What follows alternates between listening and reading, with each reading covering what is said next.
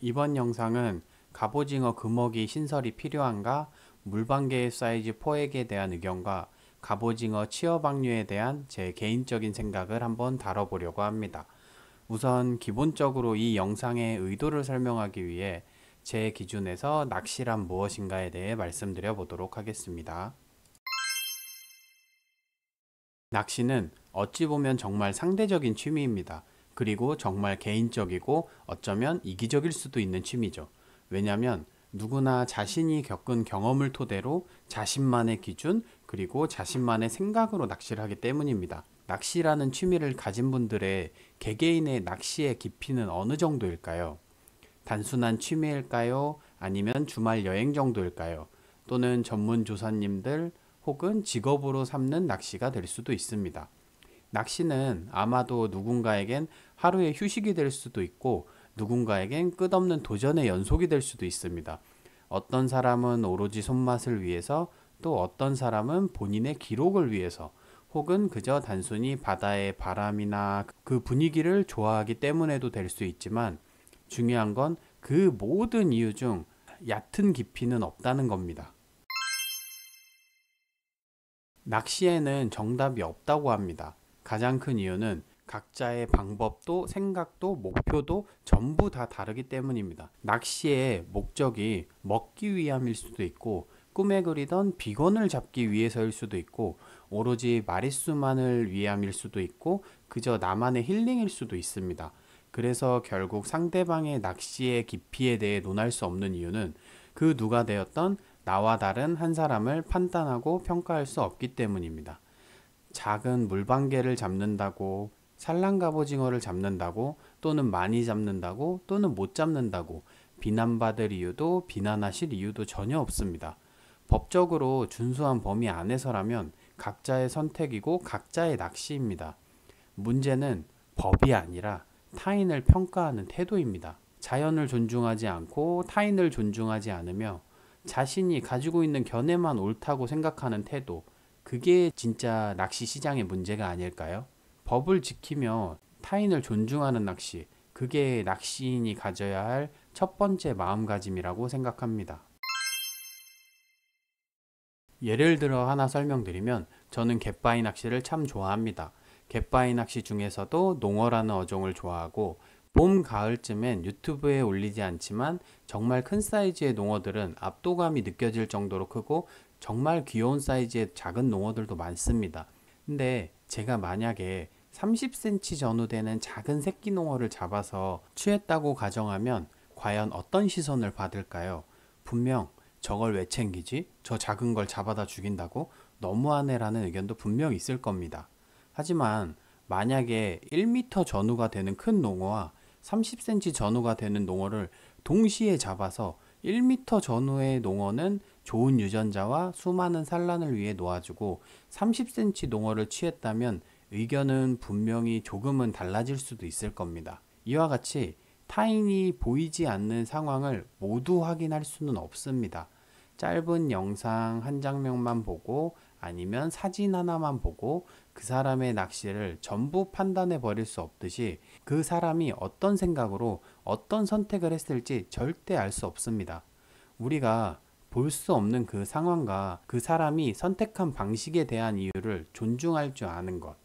그게 진짜 올바른 낚시인의 자세라고 생각을 합니다. 낚시는 결국 남을 판단하는 취미가 아니라 나 자신을 돌아보는 취미입니다. 뭐든지 내 틀 안에 남들을 끼워 맞추려고 하는 건 정말 무섭고도 잔인한 생각입니다. 그 틀은 되게 편하고 익숙한 생각에서 나옵니다. 하지만 그 편함은 종종 공감의 문을 닫습니다. 우리는 누구나 각자의 사연과 이유를 안고 낚시를 옵니다.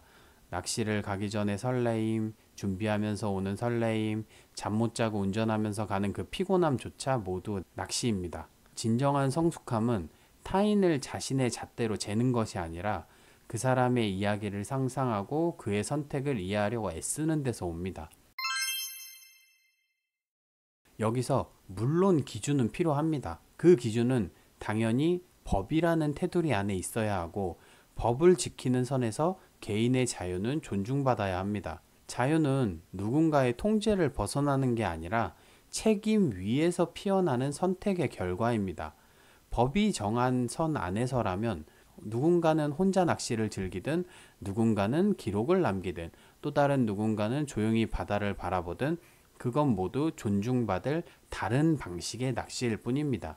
우리가 지켜야 할 건 법과 예의, 그리고 바꾸려 하지 말아야 할 건 타인의 생각과 방식입니다. 진짜 문제는 법을 어기는 행동이 아니라 법 안에서 자유롭게 살아가는 사람을 틀에 끼워 맞추려는 태도일지도 모릅니다. 그럼 이제 제가 생각하는 갑오징어 포획과 금어기에 대해서 말씀드려 보도록 하겠습니다. 이건 제 지식과 정보에 따른 지극히 개인적인 의견입니다.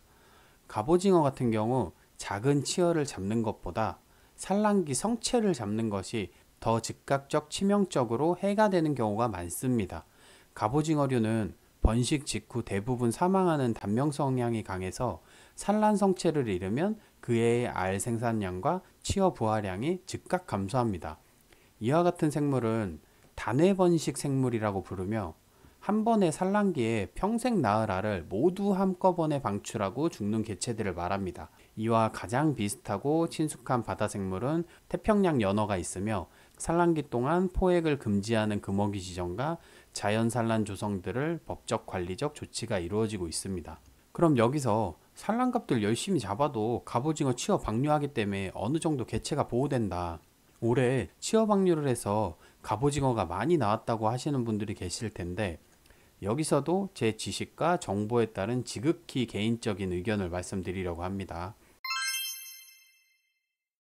저는 갑오징어 치어 방류는 그저 전시행정과 같다는 판단입니다. 실제로 개체수 증진에는 별 도움이 되지 않으면서 크나큰 비용과 쓸모없는 대규모 방류 행사, 실속 없이 오로지 보여주기식 과시만을 목적으로 하는 대표적인 정시행정 사례라고 저는 판단하고 있습니다. 그렇게 생각하는 가장 큰 이유는 산란기가 임박한 갑오징어가 과연 왜 산란하러 내만으로 들어올까요? 단순하게도 그건 바로 환경에 있습니다. 갑오징어가 산란하는 대부분의 장소는 봄철 수온이 빠르게 오르는 내만인데요.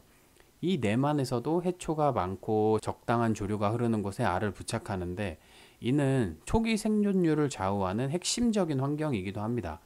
그렇게까지 한평생을 살면서 인생에 있어서 마지막 목표인 산란을 하기 위해 최적의 장소를 찾아 산란을 하더라도 성체까지 크는 경우가 정확하지는 않지만 1% 미만이라고 자료들에서 나오고 있습니다. 좀 높게 평가하는 곳은 3에서 5%라고 말하지만 제가 생각해도 1% 전후가 맞는 것 같습니다. 우리가 아는 것보다 더 잘 알고 물속 환경을 이해하고 있는 갑오징어조차도 1% 전후의 생존율밖에 보여주지 못하고 있는데 과연 치어 방류로 인해 생존할 확률은 얼마나 될까요?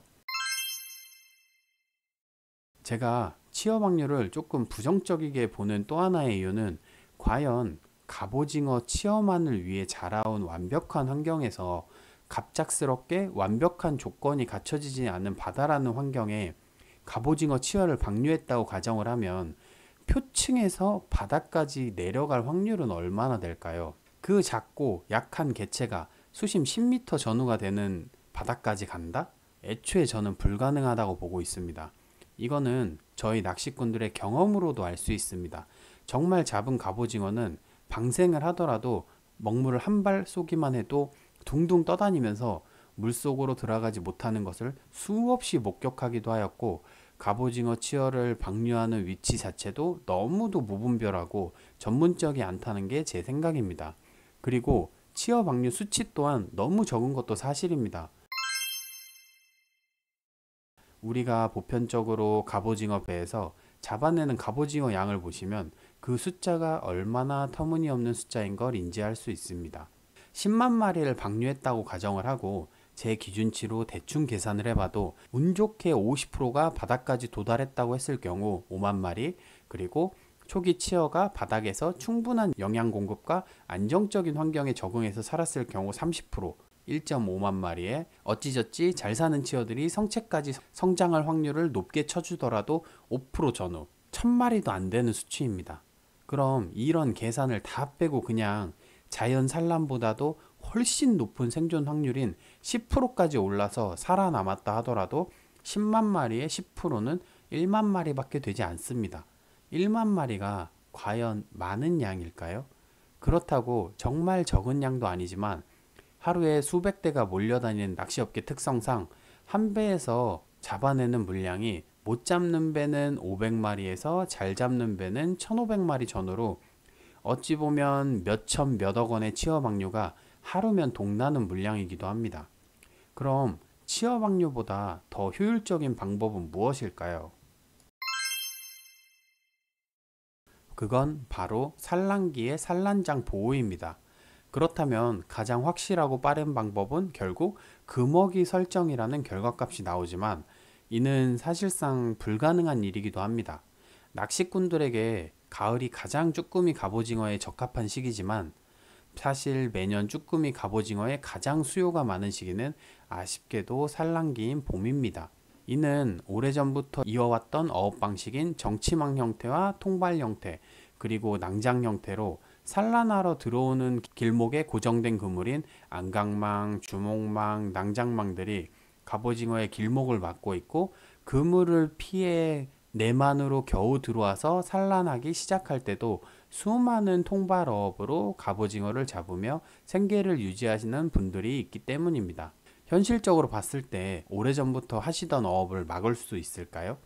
저는 절대 아니라고 봅니다. 어업은 생계와 직결되고 그 적합한 시기에 조업을 하지 못하면 정말 생계의 위협이 될 수도 있기 때문입니다. 갑오징어는 아직까지 우리나라가 생태적 조건이 훌륭해서 그런지 별다른 조치 없이도 많은 개체수가 유지되고 있지만 추후 수많은 개체가 들어오는데도 불구하고 양이 점점 줄어들게 된다면 그때 가서는 사실 이미 늦기는 했겠지만 지극히 낚시꾼의 입장에서 개인적인 의견이지만 봄철 산란하러 들어오는 갑오징어를 지키는 걸 생계 때문에 하지 못한다고 가정을 한다면 가을철 다시 먼바다로 나가는 갑오징어는 지켜야 하지 않을까 싶네요. 일명 트롤, 인망어업이라고 불리죠.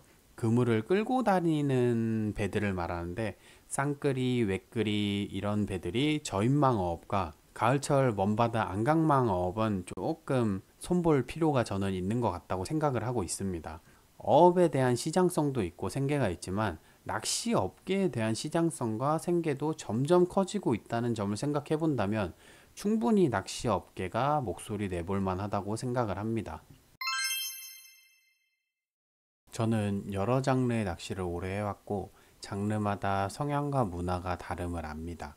그중 쭈갑시장은 규모가 크지만 비교적 미성숙하고 배려가 부족한 면이 많습니다. 사람들은 종종 자신만의 경험을 절대화하고 다른 방식을 쉽게 비난하죠. 낚시는 누가 많이 잡느냐가 전부가 아니라 자연과의 대화이자 사람과의 공유입니다. 진짜 고수는 많이 잡는 사람보다 옆 사람까지 즐겁게 만드는 사람입니다. 법을 지키는 범위 내에서 각자의 방식은 존중받아야 하고 우리는 우물 밖의 세상을 봐야 합니다. 앞으로는 부족했던 이론 콘텐츠, 텅스텐 봉돌이나 연질 경질 낚싯대 등을 차근히 다루어 정보를 나누겠습니다. 여러분의 생각도 댓글로 들려주세요. 올 때마다 이렇게 비가 미친 듯이 쏟아지네요. 촬영이 될지 안 될지 모르지만 일단은 해보겠습니다. 바람도 불고 비도 많이 오고 해가지고 배가 앞으로 들어가서 앞쪽으로 캐스팅. 앵글 보일라나? 비바람이 너무 심해가지고 오전엔 아예 못 켜고 점심 먹고 잠깐 켜봤습니다. 근데 아직도 비가 그치진 않았네요. 왔다. 와, 아직도 요만해. 이거 새 갑오징어다. 일반 갑오징어가 아닙니다. 얘네 좀 다른 종의 갑이. 오전에 30개 정도 잡아놨네요. 날씨가 너무 안 좋아서. 비라도 등지면 좋은데 또 비 정면으로만. 슬랙 잡고 산속이 빨라가지고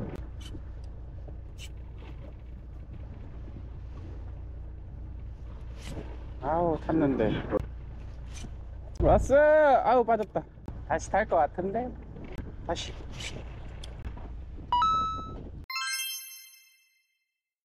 이렇다 패턴 없이 그냥 한 마리씩 나오고 있습니다. 뭔가 있어야 되는데 아무것도 없이 그냥 따박따박 연타도 없이 한 마리. 깃대 멀어지는 거 보이다시피 얘는 제 반대쪽 오른쪽 앞으로 들어가고 있습니다. 왼쪽 뒤가 후진입이다 보니까 패싱을 안 하면은 잡을 수가 없네요. 최대한 뒤쪽으로 던져서 안탄 라인 타겠습니다. 배 안탄 자리 던져서 한 마리 잡았습니다.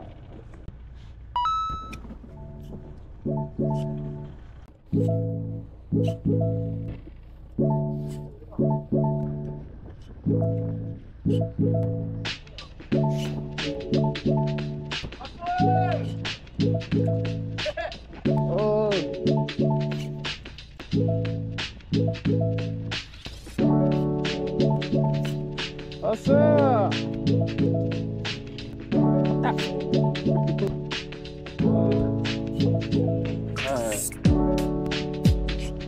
야, 이거 오늘 물이 속이랑 위에랑 안 맞아서 그런지 착 왔다.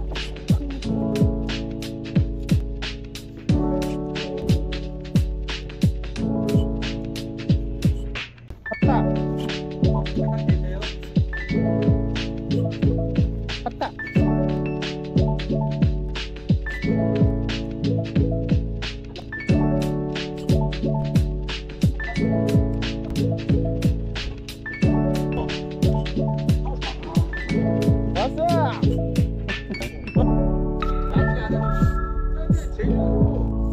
왔어이. 갔다.